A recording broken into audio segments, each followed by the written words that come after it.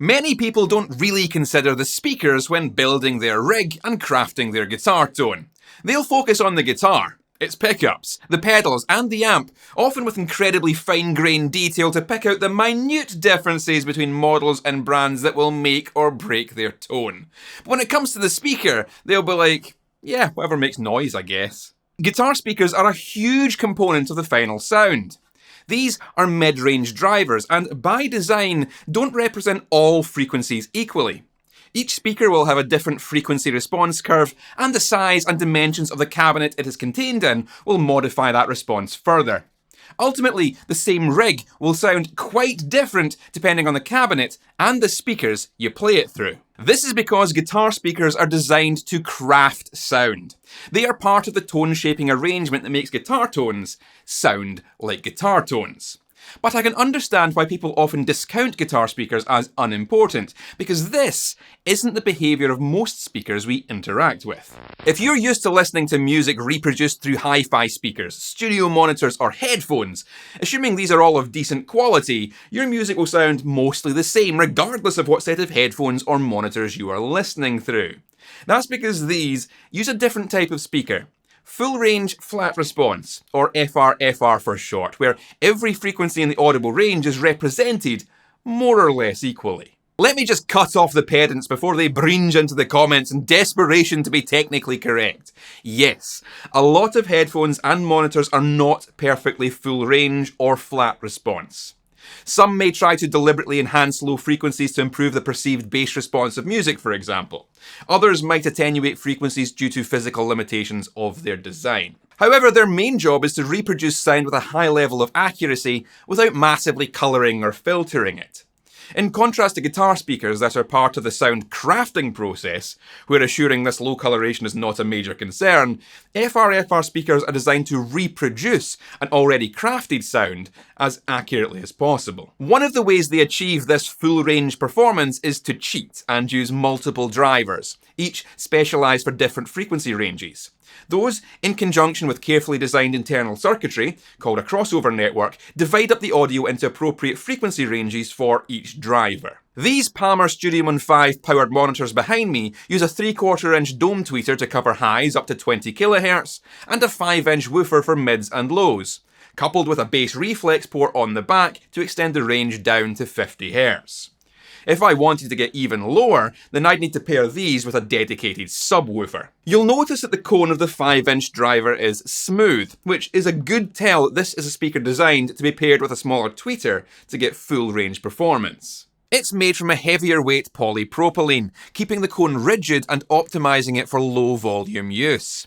Smooth, rigid cones like this lack the ability to reproduce high frequencies, which is why they get paired with dedicated tweeters. This is in contrast to what you'll see from a mid-range guitar speaker, where the cone will have several of these concentric rings. These ribs help to add points of stability to the lightweight paper cone, keeping its performance consistent at high sound pressure levels and assist in extending the range of the speaker by allowing higher frequencies to move smaller diameters of the speaker semi-independently. Low frequencies will move the full diameter of the cone, while higher frequencies will only move the smaller internal portions, helping a single speaker cover a much wider frequency range. Carefully designed placement of these ribs can also control harmonic distortion of the speaker. These are designed specifically to be non-linear, emphasising the 1 to 2 kHz region with a sharp roll-off above 5 kHz. This is to highlight that speakers are not all the same. Both the design of the speaker itself and the box that contains it will drastically alter its performance. If you are tone chasing your ideal guitar sound, choosing the appropriate speaker for the amplifying arrangement you are using is of critical importance. So if traditional mid-range guitar speakers are so crucial for crafting a satisfying guitar tone, why the hell do we have so many FRFR powered guitar cabinets on the market? This one here is Laney's LFR 110 powered cab, a combination power amp and FRFR speaker. Similar to a monitor wedge you'd see on a stage, but in a package that more closely resembles a traditional 1x10 guitar cabinet. Unlike a traditional guitar speaker, being 10 inches isn't a limiting factor. The diameter of an FRFR speaker doesn't significantly alter the reproducible frequencies. And with 250 watts output from its power amp, you're going to get plenty of full range, high-fidelity volume. As if to labour the point that this is just the same technology as a PA amplifier, this can accept instrument or microphone signals and even play music across aux or Bluetooth. If we remove the front panel, we can further confirm the similarities between this and my studio monitors. We can see the 10-inch speaker at the bottom with a smooth cone, made from a lightweight but rigid glass-reinforced material, designed for low and mid-range frequencies. This is paired with a 1-inch compression driver and horn arrangement at the top. The horn, as you might expect, helps to radiate the sound of this small, high-frequency tweeter, giving it a massive efficiency boost over its direct-to-air performance. If we flip to the back of the box, we can see a very basic bass port in the bottom corner.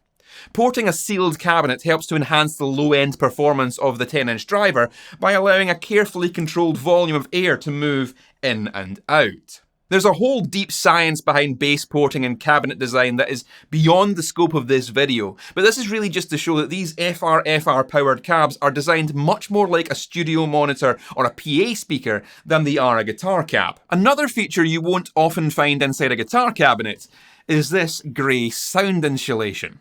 The reason it's here is to prevent sound emitted from the rear side of the speaker from bouncing around off the internal walls of the cabinet, setting up standing wave resonances which would interfere with the air pressure inside the cab and alter the performance of the speaker. Hi-fi speakers and studio monitors will all feature this kind of acoustic dampening, but guitar cabinets typically will not. Yet another way in which guitar cabinets are specifically designed to generate a non-flat frequency response, while FRFR cabs and PA speakers are trying to keep the performance as untainted as possible. So in what situation would you want a small public address amplifier for your guitar?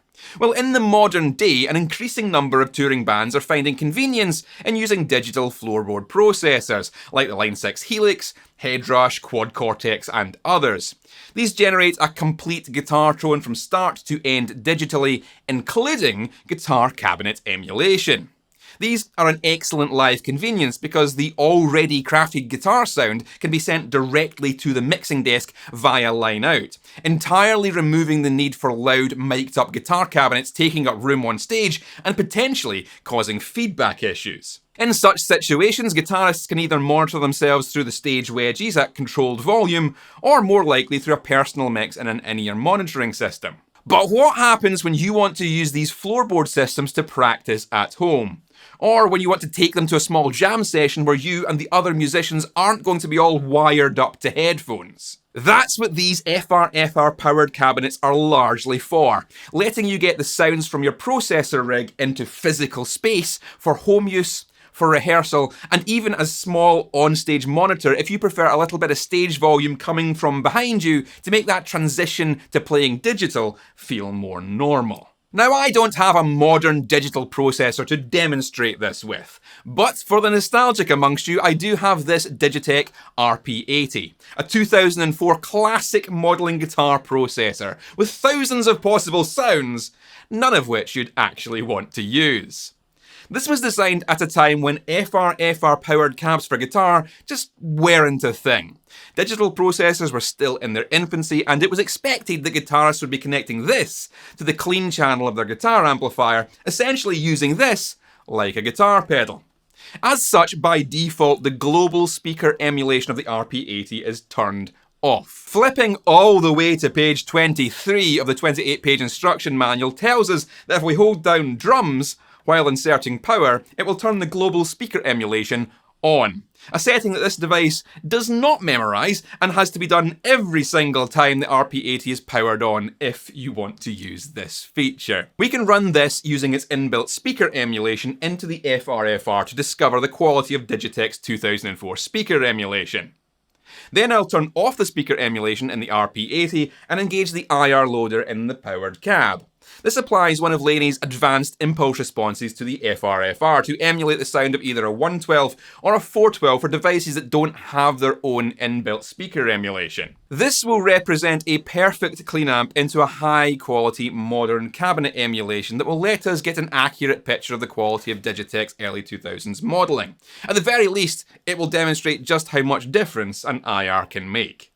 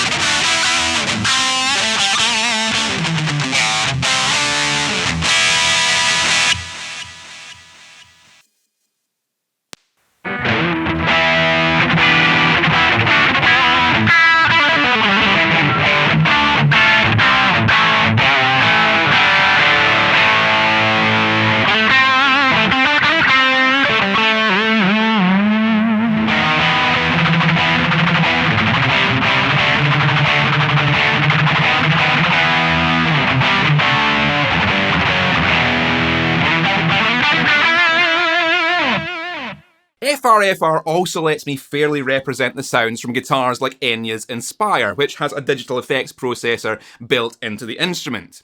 Usually we'd hear this from the small speakers encased in Inspire's hollow plastic shell, but by connecting the instrument out to the FRFR, we can hear exactly what these tones sound like under ideal conditions.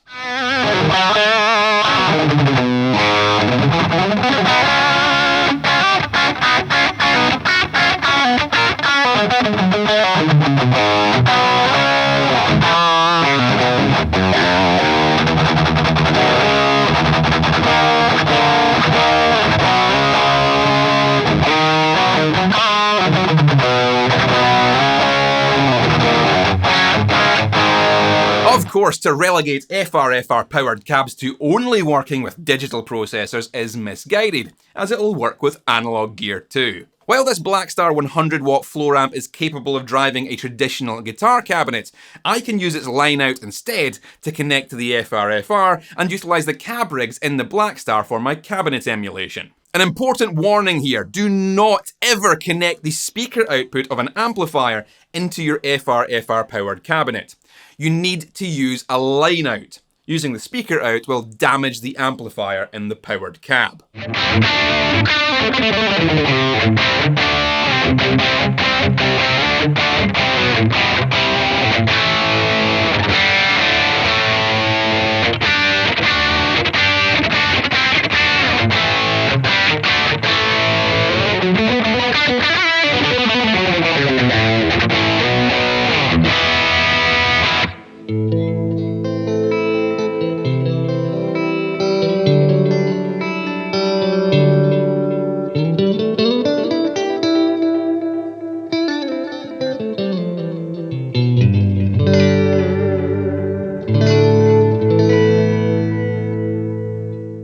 Getting to grips with this powered cab made me think, what's the most extra, unconventional use case I can think of for this?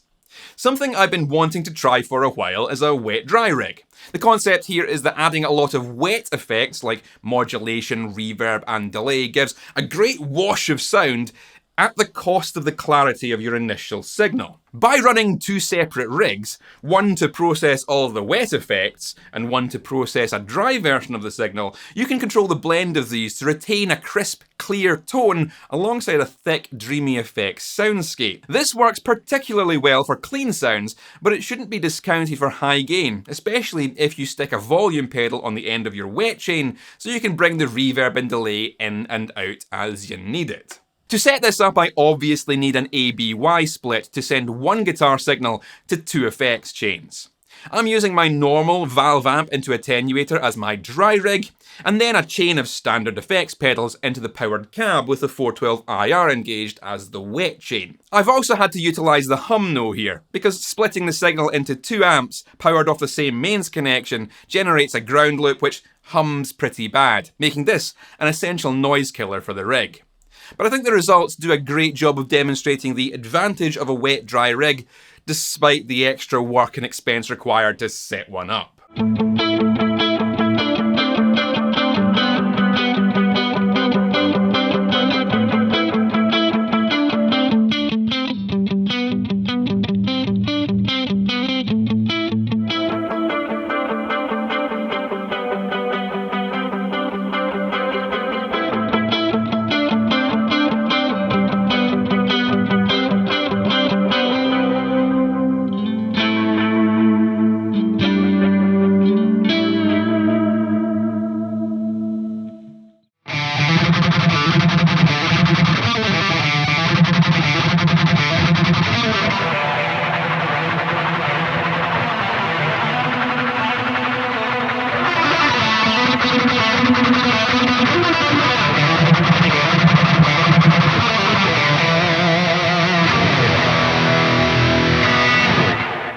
While FRFRs aren't a replacement for traditional guitar cabinets, they are a tool of convenience in a world where digital modelling and IR speaker emulation are commonplace.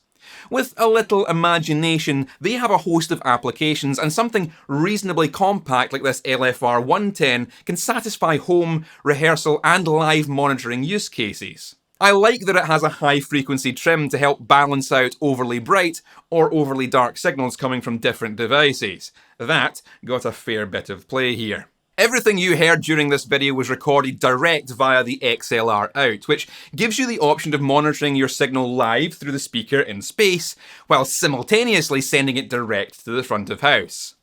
The ground lift came in useful in a couple of situations, and if you're not a fan of that illuminated front panel, there is a switch to turn it off. Laney's LFR 110 handled all the different scenarios I threw at it.